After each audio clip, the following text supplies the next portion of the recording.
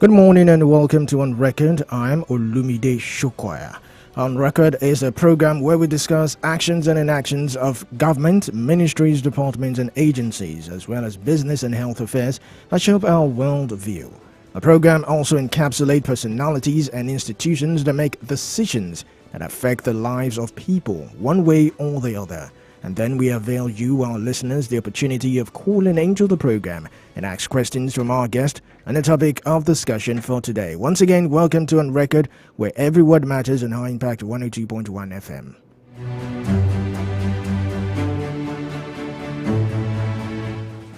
Now, despite measures to facilitate unimpeded access to university education in Nigeria, the prevalence of illegal universities, commonly referred to as degree mills, continues to pose a significant challenge to the educational landscape in the country.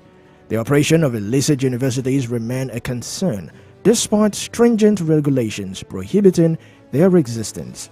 A recent report by the National Universities Commission (NUC), published in its December 2023 bulletin, shed light on the prevalence of over 58 unauthorized satellite campuses and study centers operating illicitly within the nation. Currently, Nigeria boasts of a total of 210 universities comprising 50 federal government-owned, 111 private, and 59 state-owned institutions. Despite the sizable number of both public and private universities, the low current capacity of these establishments impedes easy access to tertiary education. Meanwhile, the proliferation of counterfeit institutions across various regions of the country further compounds the issue. A prevailing trend among these illegitimate institutions involve many falsely claiming affiliations with established universities across Africa and other global regions. For instance, a case dating back to 2012, an investigation by the International Center for Investigative Reporting revealed a satellite campus and university admission racket involving Imo State University, Owerri, and an educational service center based in Abuja. Now, the company, Diamond Lecture Center, allegedly ran an illegal satellite campus masquerading as part of Imo State University. The operation attracted thousands of students who were subsequently charged over 150 million in illegal fees for business and management related courses. Now, subsequently, National Universities Commission (NUC) declared the campus situated at Festival Primary School, Area 10, Garki, Abuja, as illegal. Similarly, this year, Harvard College of Science, Business and Management Studies has operated ambiguously without a distinct categorization among Nigeria's higher educational system. Now, the college lacks clarity regarding its academic identity, blurring the lines between the polytechnic and universities. Now, students enrolled at Harvard College face confusion regarding its educational classification, as the institution offers law and other courses typically not associated with polytechnics. The college claims to award national diploma and higher national diploma certificates, even proposing BSc conversion programs for HND holders, and raises doubts about the institution's accreditation status by the National University Commission (NUC). However, the National Board for Technical Education (NBTE) 2021 directory listed Harvard College among specialized institutions providing accredited programs. Now, the college received approval from the NBTE to offer ND programs in accountancy, business administration, mass communication, and computer science. The accreditation expired in October 2022. Now, in August 2022, the college secured a license to operate as a monotechnic with the aforementioned programs. Have you got questions for my guest this morning? The phone line 0700 1021 1021 will be open shortly. And in the meantime, you can also send WhatsApp messages to 0907 224 5018. 0907 224 5018. We'll take a breather here, and when we return, we'll begin the conversation. Stay tuned.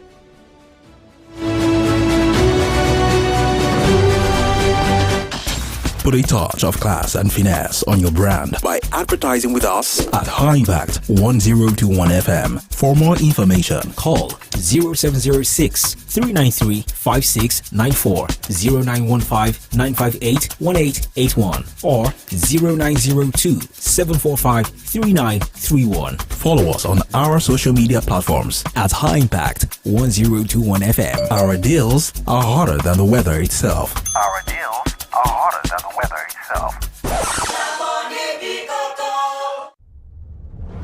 If it's public opinion, expert analysis, information that matters to you, we have it on record Mondays to Fridays, 9 a.m. on High Impact 102.1 FM. Call us 0700 1021 1021. WhatsApp 0907 224 5018.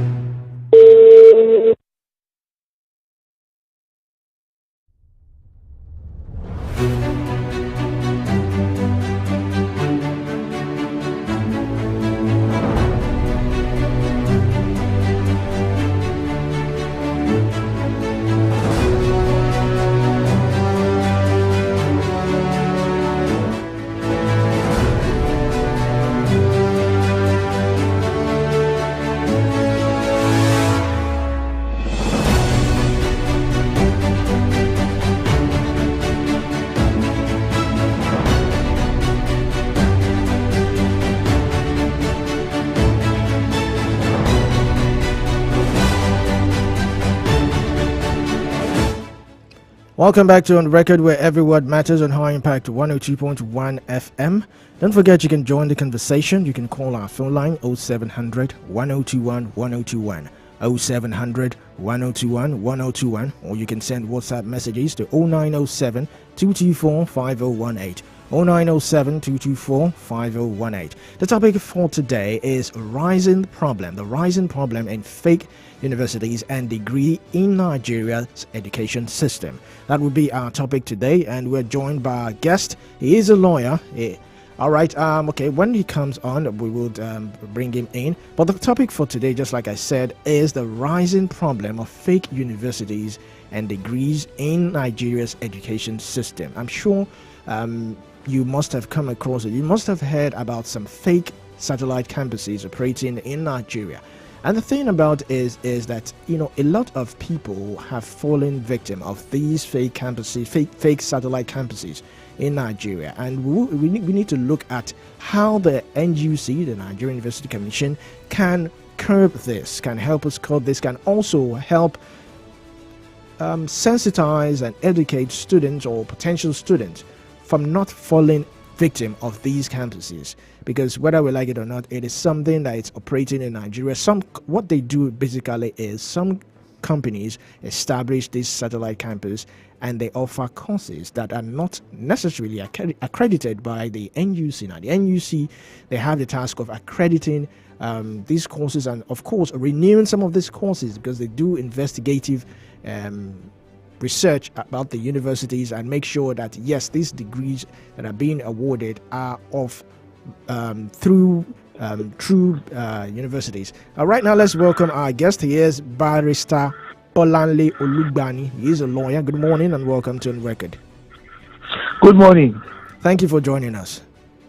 Yes.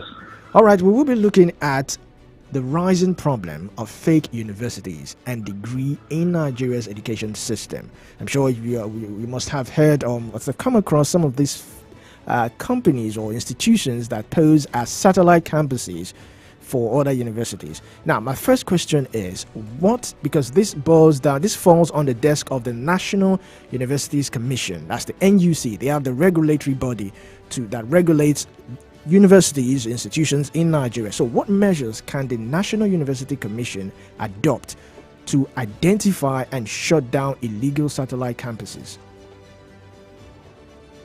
Well, the National Universities Commission, as you said, is the body, empowered to regulate university education and indeed standards, including establishing faculties in these universities and ensuring that the departments are run efficiently. So, being the regulatory body, I think that the proliferation of institutions, universities in Nigeria, higher institutions in Nigeria generally, is a factor in regulation. Where it's like having 100 policemen to police like 2 million people. By the time you look at the ratio of men on ground to the population, which is a distinct difference from what the United Nations even prescribes, you find out that it's going to be a tall order. So just like that, for the National Universities Commission, we have so many private universities now, in addition to state universities and indeed federal universities.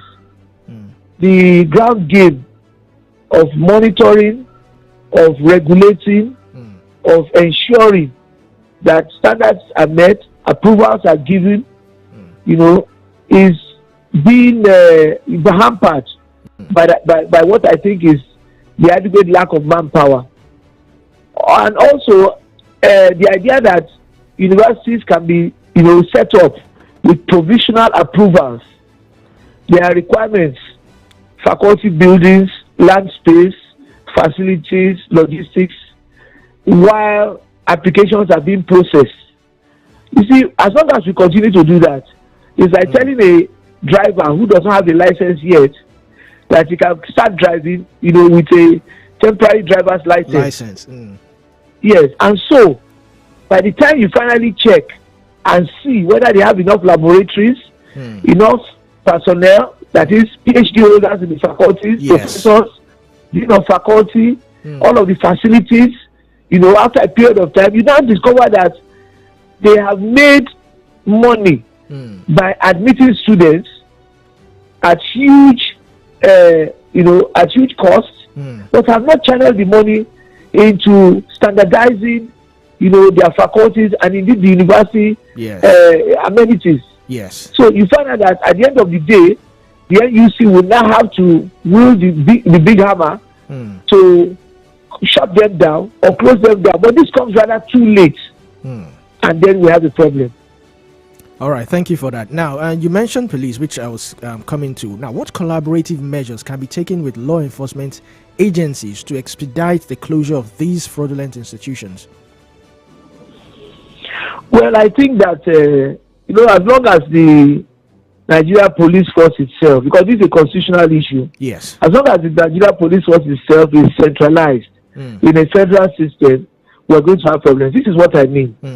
You find that the judiciary has to depend on the police force to enforce its judgments. Yes. The leadership of the police force and the hierarchy of the police and the organization of the police is such that you have to get an approval from Abuja. Yes. Then, if Abuja even if you get an approval from your state police commissioner or an AIG or a DIG, the Abuja can countermand it. Yes. So as long as institutions do not have, because in the US you have campus police. Yes. There's campus police even in the secondary schools who are licensed and who have firearms even to protect the students in the secondary schools. Ditto for campus police in universities in America. So if we do not allow NUC to have its own police force, just like the Nigerian Railway Corporation has railway police. Yes. If you don't have NUC police, or NUC is not giving the teeth to bite, and has to depend on law enforcement agencies who may be paying lip service to law enforcement and regulation of these types of institutions, or which type of institutions may play an influence game, against the NUC not to have their universities closed, NUC will continue to have a problem of enforcement. So enforcement is the problem, and the manpower that is required for enforcement is the law enforcement agency, which NUC is not in direct control of.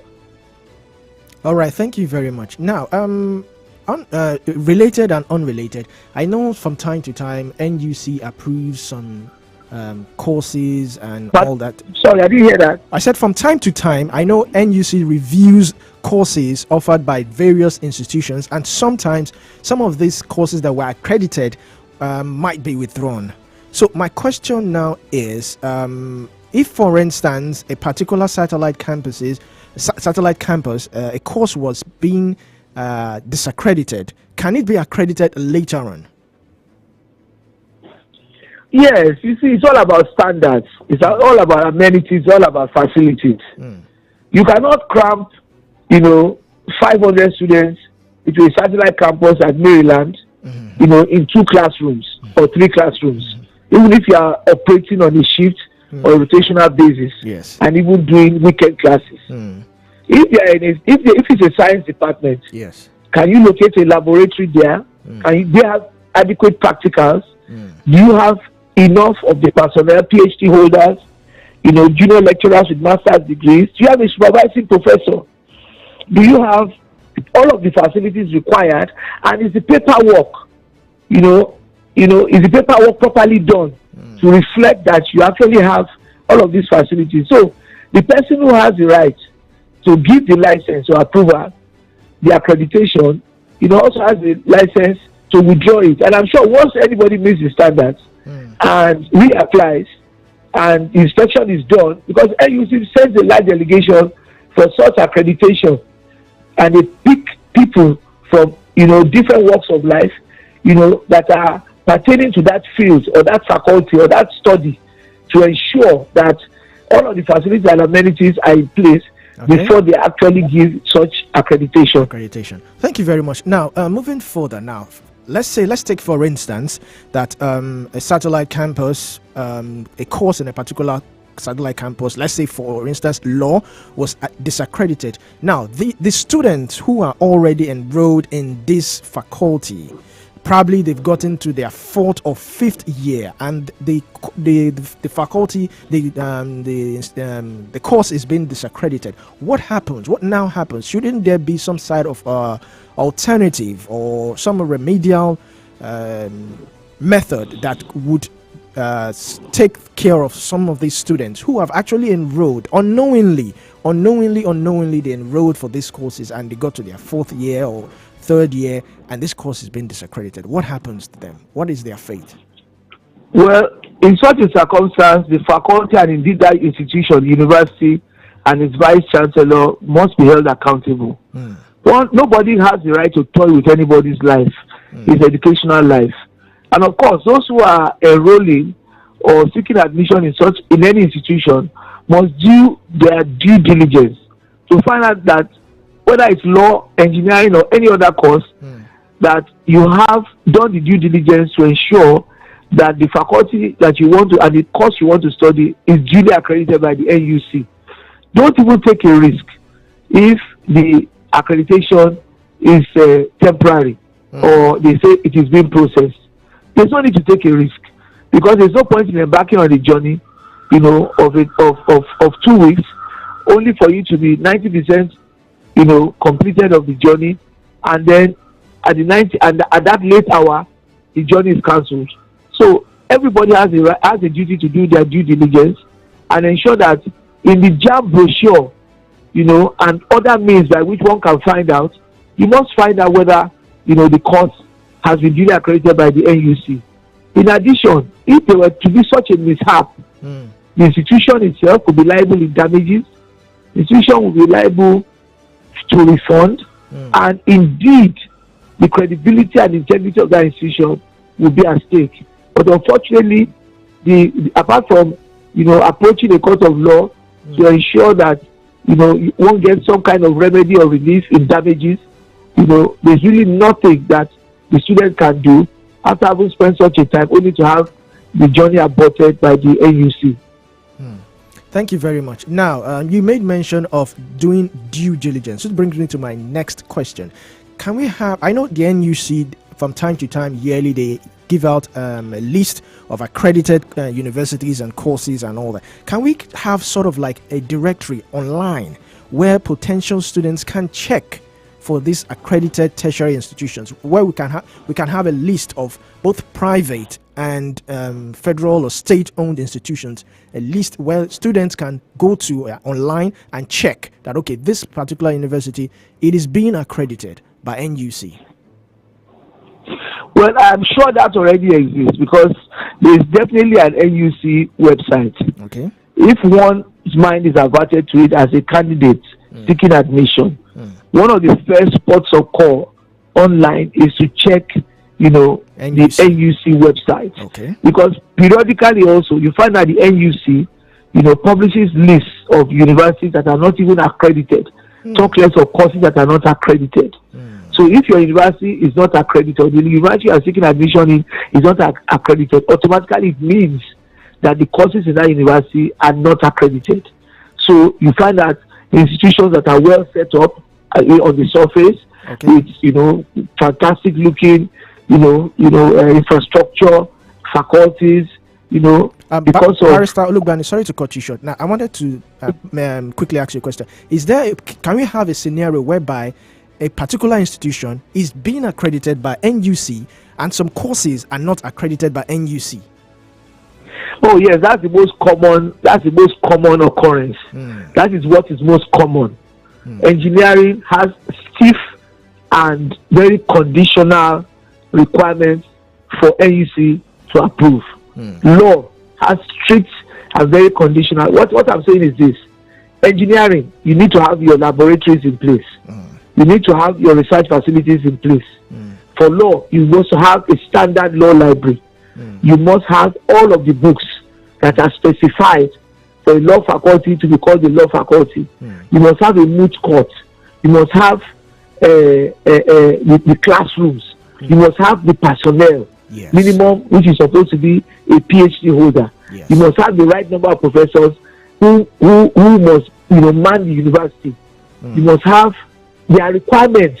And so if you do not have a multi-million naira library, massive library that can accommodate a certain percentage of the students at any given point in time, you will not be given NUC accreditation for law. Ditto for engineering. Because you see, after one becomes a graduate of engineering, you still have to be registered with the Council of Registration of Engineering in Nigeria, current. And they don't just take people who, by virtue of their training, are inadequate, or, to use the word quote and unquote, half-baked. So there are very strict regulations, and it's only when you provide all of this that NUC will come with a huge delegation to come and, a sizable delegation to come and inspect, and tick the boxes, of the requirements that have been stipulated. And it is only when all the boxes are ticked that faculty gets the accreditation. Thank you very much. Now, considering the evolution of these illegal universities across Nigeria, how can the NUC and other relevant authorities intensify public awareness campaigns to educate students and parents, because they are the ones at the end of the stick? How can they educate and create some sort of awareness campaign about the risk associated with these fraudulent institutions? Because whether we like it or not, people will continue to patronize these illegal satellite campuses, maybe because the tuition fees are less, they are affordable more than federal or private. No, I don't think I don't think those unaccredited universities are patronized because of cost. I think they are patronized because of, one, location. Okay. If it's closest to where you live, your state. Okay. Secondly, because you have heard that the Federal Executive Council has approved that university, even though that university may not have met NUC requirements. And thirdly, because such institutions are institutions that, for one reason or the other, able to do adequate marketing and publicity. Because there's no university that doesn't have its own, marketing department. Yes. That markets the product is selling, which is education. That markets the facilities available and tries to attract willing and potential students to such an institution. So what you find out is that all of these factors, actually go a long way in ensuring that people actually seek admission in these universities. But periodically, what the NUC has done is that after a period of time, after such an institution may have been given this provisional accreditation or approval or whatever, here you see periodically publishes the fact that despite the number of years after the provisional or temporary approval or whatever, these people have still not met, these universities have still not met or fulfilled all of the requirements, and as such, they are so. They are not accredited, they are not this, they are not that. And, we always read it online, we read the newspapers, and, short of going to such institutions, and locking the gates, shutting them down physically, they are still allowed, access to operate. It's just that people become aware that they don't have the final accreditation or approval. All right. Thank you very much. Now, you mentioned a word I would like to ask the next question, which is marketing. Now, this brings me to the role of media and, of course, advertising and promoting these fraudulent institutions. Now, how can the government collaborate with media watchdogs and advertising authorities to curb misleading advertisement? Because whether we like it or not, they will advertise the satellite campuses. So how can the government collaborate with media watchdogs, advertising authorities to curb misleading advertisement and prevent the growth of these illegitimate educational setups? Well, I think that question is a good question, but it really has to do with, interest. That is personal interest. And the media is not really well invested, apart from their duty to, educate. It's not really well invested in that area of information.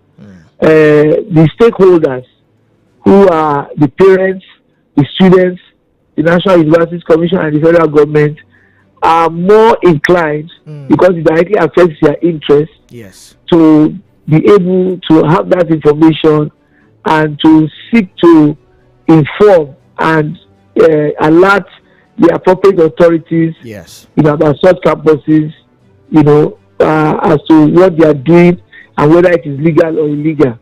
So except that there's a watchdog, an enforcement unit, stepped up or improved in the National Universities Commission, it's not an ideal self-interest, wide self-interest collaborative project by the populace, because the number of people who are seeking education, the parents who are paying their hard-earned money, and the National Universities Commission, these are the larger population who are struggling to make a living.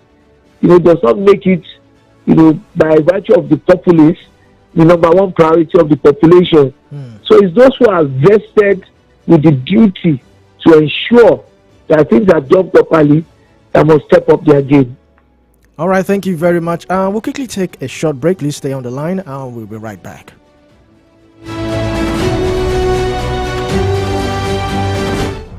If it's public opinion, expert analysis, information that matters to you, we have it on record Mondays to Fridays, 9 a.m. on High Impact 102.1 FM. Call us 0700-1021-1021. WhatsApp 0907-224-5018. Put a touch of class and finesse on your brand by advertising with us at High Impact 1021 FM. For more information, call 0706 393 5694, 0915 958 1881, or 0902 745 3931. Follow us on our social media platforms at High Impact 1021 FM. Our deals are hotter than the weather itself. Our deals are hotter than the weather itself. Welcome to On Record. Every word matters. What I want to do is to take Nigeria from consumption to production. My name is Mr. Innocent Chuboma. I started by trading on motorcycle spare parts. They really ask, how much is the Nigerian life worth? Policing is everybody's business, not the business of the men on uniform alone. We will establish student loan 4 years course or the 4 years course. When you dispense, a pharmacist dispenses a drug to a patient, the name of the drug must be written on the envelope. On Record is a 45-minute program where we discuss the actions, inactions of government, ministries, departments, and agencies, as well as business and health affairs that shape our worldview. Join us 9 a.m. every weekday on your urban lifestyle station, High Impact 102.1 FM. On Record. Every word matters.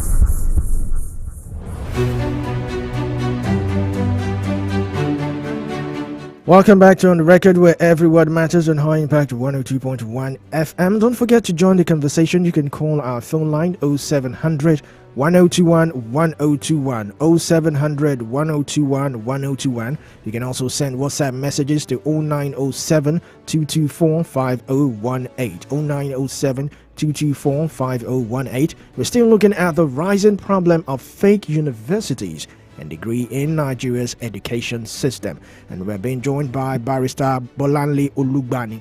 Now, sir, how can the academic unions, student unions, how can they come in, and what collaborative role can they play with the government or government bodies in identifying these illegal satellite campuses? Well, I think you just hit the nail on the head. These are the people whose constituency it is to ensure that their interests are well taken care of. The student unions, the labor, the tertiary institutions, labor unions and associations, and indeed the academic staff union of universities, if they are not persuaded by the income that comes or is generated from these satellite campuses, they also have the most important role in the national interest to ensure that these fake or unapproved, unaccredited satellite campuses or institutions are not allowed to function or to even proliferate. So I think you just hit the nail on the head. These are the people whose constituency is most affected, whose credibility is most affected, and who are the ones who should be interested in ensuring that this role of monitoring, enforcement, vigilance, and ensuring that this menace, if I can call it that, or this illegality, either due to non-accreditation or withdrawal of accreditation, is actually controlled. So they are invested, or they should be invested in ensuring that the appropriate authorities are made aware and that the educational standards in our institutions are well protected and upheld.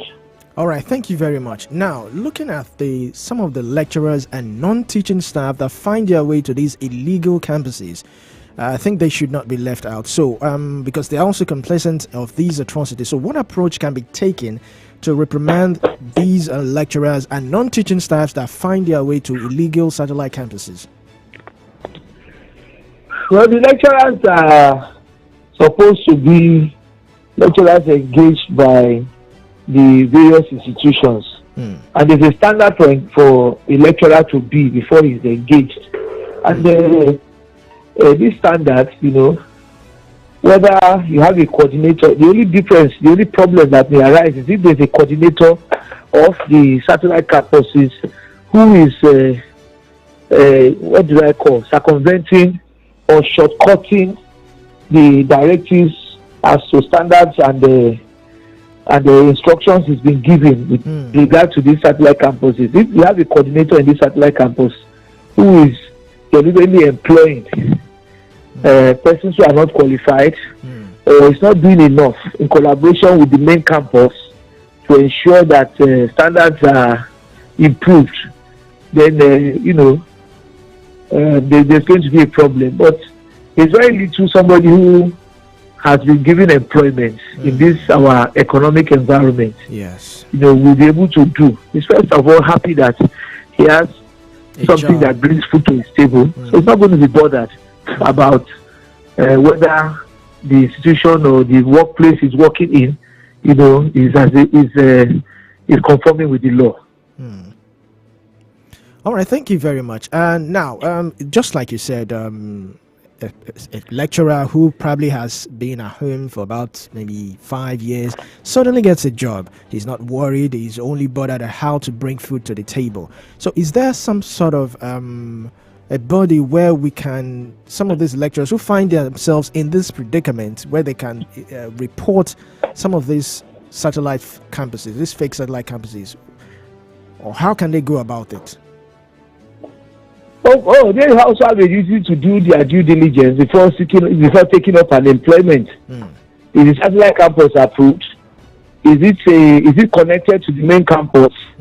You know, is my employment legal or illegal? Does it meet the requirements of the NUC? You know, as per the type of personnel that must be employed. Why am I being employed when I don't have a PhD? And if I don't have a PhD and I'm employed as a senior lecturer, have I been given the required 5 years within which to get my PhD to become a lecturer full time with the institution? So this is part of the due diligence that any employee in such a situation in a satellite campus or an accredited institution, you know, must avert his mind to. So that if that is done, you know, one will be able to tell whether one should remain in such an employment or be connected with such an employment or not. All right, thank you very much. Now, in light of institutions like the Harvard College blurring lines between polytechnics and universities, now how can accreditation bodies, that's like the National Board of Technical Education and the NUC, how can they align their efforts to clearly demarcate the types of programs offered, you know, to prevent confusion among students and prospective applicants? Well, that's an administrative and an academic area of expertise. You know, we have enough people who have long-standing experience in the faculties of education and education management, who should be able to align that in conjunction with relevant NUC and the other authorities, so that if there's a need to improve on that, there's a need to be able to, you know, call for a workshop, a seminar where stakeholders, you know, are allowed to submit papers to ensure that their input is made into such a policy formulation to ensure that, you know, things are done and meet, you know, global standards to help to improve whatever it is that appears to be the challenge or lacuna in our own educational management system. So it's a challenge for those who are running the education sector, which they must quickly, you know, rise up to. All right, thank you very much. Now, how can the NUC, how can they leverage on technology and data analytics to enhance its monitoring and surveillance system so that they can swiftly identify and shut down these illegal campuses? Well, all that has to do with monitoring and enforcement. I think that if you have a university, you know, with its main campus in Badagry, your ability to know whether they have 16 satellite campuses in, say, Lagos, will be a matter of whether they divulge information or whether you have people on ground or information, reliable information from students and the unions or associations as to what is actually going on. You know, so if there is no information, there cannot be any enforcement. If there is no divulging of information that is correct information by the institution itself or from informants who are either in the students' union, the academic associations of lecturers, there's really nothing anybody can do. But of course, the populace who is applying for admission must also do their due diligence to be able to detect whether the institution where are going to be receiving lectures in that particular faculty of that institution, you know, has actually been accredited, or whether it's a illegal mushroom, satellite campus that I'm going to be studying in. All right, thank you very much. Now, finally, reflecting on past cases involving illegal universities, now, what long-term strategies can be implemented by regulatory agencies to deter the proliferation of these fraudulent institutions and safeguarding the credibility and quality of higher education in Nigeria? Well, I think that it would have been good if each, state government regarding, state institutions, state universities, were given power to establish their own universities commission. Okay. I think that if the federal government, takes care of the regulation and accreditation of private and federal government universities, there will be a little bit of the body being taken off from the neck of the NUC. That is not to say that because the state governments have their own universities commissions that they will be of a lesser standard. It does not mean that they will be biased and virtually have a conflict of interest in accreditation and the level of or standard that is required. But I just feel that the National Universities Commission has such a huge responsibility now, and in terms of manpower and resources, they actually be handicapped. Okay. And as such, we must find a way to ensure that what the National Universities Commission is doing right now by law, by provision of law, is made more effective by some form of decentralization or some form of taking the weight or the burden of the National Universities Commission, to ensure that this job, this very important national duty, is carried out more effectively and more efficiently. All right, thank you very much, Barrister Bolanle Olugbani. Thank you very much for the impactful discussion. My pleasure. We hope to hear from you from time to time. Thank you very much. All right, this is where we round off the program on record, where every word matters. Thanks for tuning in. Keep listening to High Impact 102.1 FM. Remember to follow us on all our social media handles at High Impact Studios, at High Impact TV, and _ news around the globe. Many thanks to my producer, Temi Tokwe Arogundade. I am Olumide Shokoya. Have a wonderful day. Welcome to On Record. Every word matters.